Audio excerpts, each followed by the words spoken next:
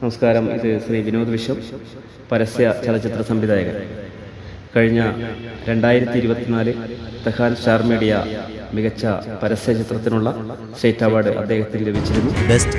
ഈ അവസരത്തിൽ അദ്ദേഹത്തിൻ്റെ ചലച്ചിത്ര വഴികളെക്കുറിച്ച് നമ്മുടെ നാട്ടുകാരൻ കൂടിയായ ശ്രീ വിനോദ് വിശ്വം സംസാരിക്കുന്നതാണ്. നമസ്കാരം.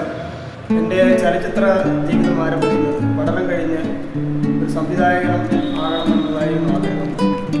എല്ലാവരും ആഗ്രഹിക്കുന്ന പോലെ ചലച്ചിത്ര പ്രേമികൾ പൂനാപുരം ഷൂട്ടിലാക്കുന്നതാണ് ഞാനും ശ്രമിച്ചതാണ്. പക്ഷേ എനിക്ക് ലഭിച്ച സൗഭാഗ്യം പൂനാപുരം ഇൻസ്റ്റിറ്റ്യൂട്ടിലെ പ്രൊഫസറും ഡയറക്ടറുമായ ശ്രീ ശിവപ്രസാദ് സാറിൻ്റെ ശിഷ്യനാകാൻ എനിക്ക് ഭാഗ്യം ലഭിച്ചതാണ്. ജീവിതത്തിലെ ഏറ്റവും വലിയ ചലച്ചിത്ര ഭാഗ്യമാണ് ഞാൻ കണക്കാക്കുന്നത്. അദ്ദേഹത്തിൻ്റെ കൂടെ നിരവധി അന്താരാഷ്ട്ര സിനിമകളിൽ സഹകരിക്കാൻ അസിസ്റ്റ് ചെയ്യാനുള്ള ഭാഗ്യം എനിക്കുണ്ടായി. അതിനെ തുടർന്ന് സ്വതന്ത്രമായിട്ട് പാലക്കാട് ജില്ലയിലെ റോട്ട് നാടകാചാര്യനായ ശ്രീ നല്ലേപ്പള്ളി നാരായണൻ ഡോക്യുമെൻ്ററിയാണ് ചെയ്തത്. യശസ്വരീയനായ പത്മഭൂഷൺ ശ്രീ കാവാലം നാരായണ പട്ടിയുടെ സാന്നിധ്യം ആ ഡോക്യുമെൻ്ററി ഉണ്ടായിരുന്നു. അതിനെ തുടർന്ന് നമ്മുടെ ഏറ്റവും എല്ലാവരുടെയും പ്രിയങ്കരനായ ശ്രീ മുൻ റവന്യൂ മന്ത്രി കെ ഇസ്മായിലിനെ കുറിച്ചിട്ടുള്ള റെഡ് സോൾജിയർ എന്ന ഡോക്യുമെൻ്ററി സംവിധാനം ചെയ്തു. അതിനുശേഷമാണ് പരസ്യചിത്രം ചെയ്യുന്നത് എൻ്റെ ഒരു പാഷനാണ്.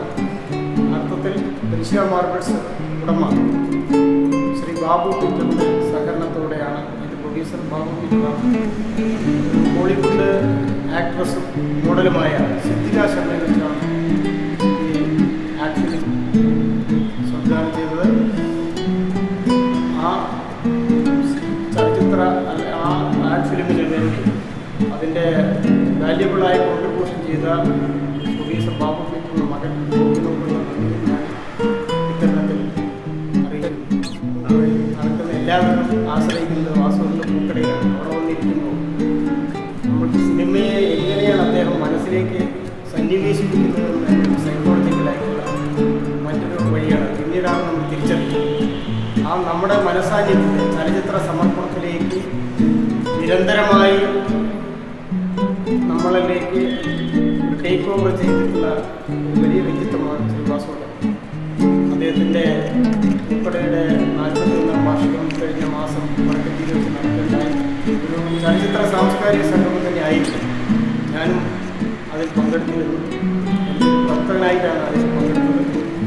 അപ്പോൾ അദ്ദേഹത്തിൻ്റെ പ്രത്യേകിച്ചിട്ട് വേദിക് ഇൻസൈറ്റ് NFDCക്ക് വേണ്ടി ഞാൻ ചെയ്തൊരു സ്ക്രിപ്റ്റിൽ ഉപനിഷത്തിനെ കുറിച്ച് ആസ്പദമാക്കി അദ്ദേഹത്തിൻ്റെ ജ്ഞാനദൃഷ്ടിയെ ഞാൻ വളരെ അധികം സൂക്ഷ്മമായി കണ്ട ഒരാളാണ്.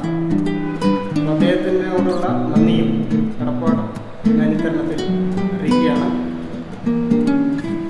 ഒരിക്കൽ കൂടി ഇതിനൊരു അവസരം ഉണ്ടാക്കിയ പ്രൊഡ്യൂസർ ശ്രീ ബാബു പീറ്ററിനോടുള്ള നന്ദി അറിയിക്കുന്നു.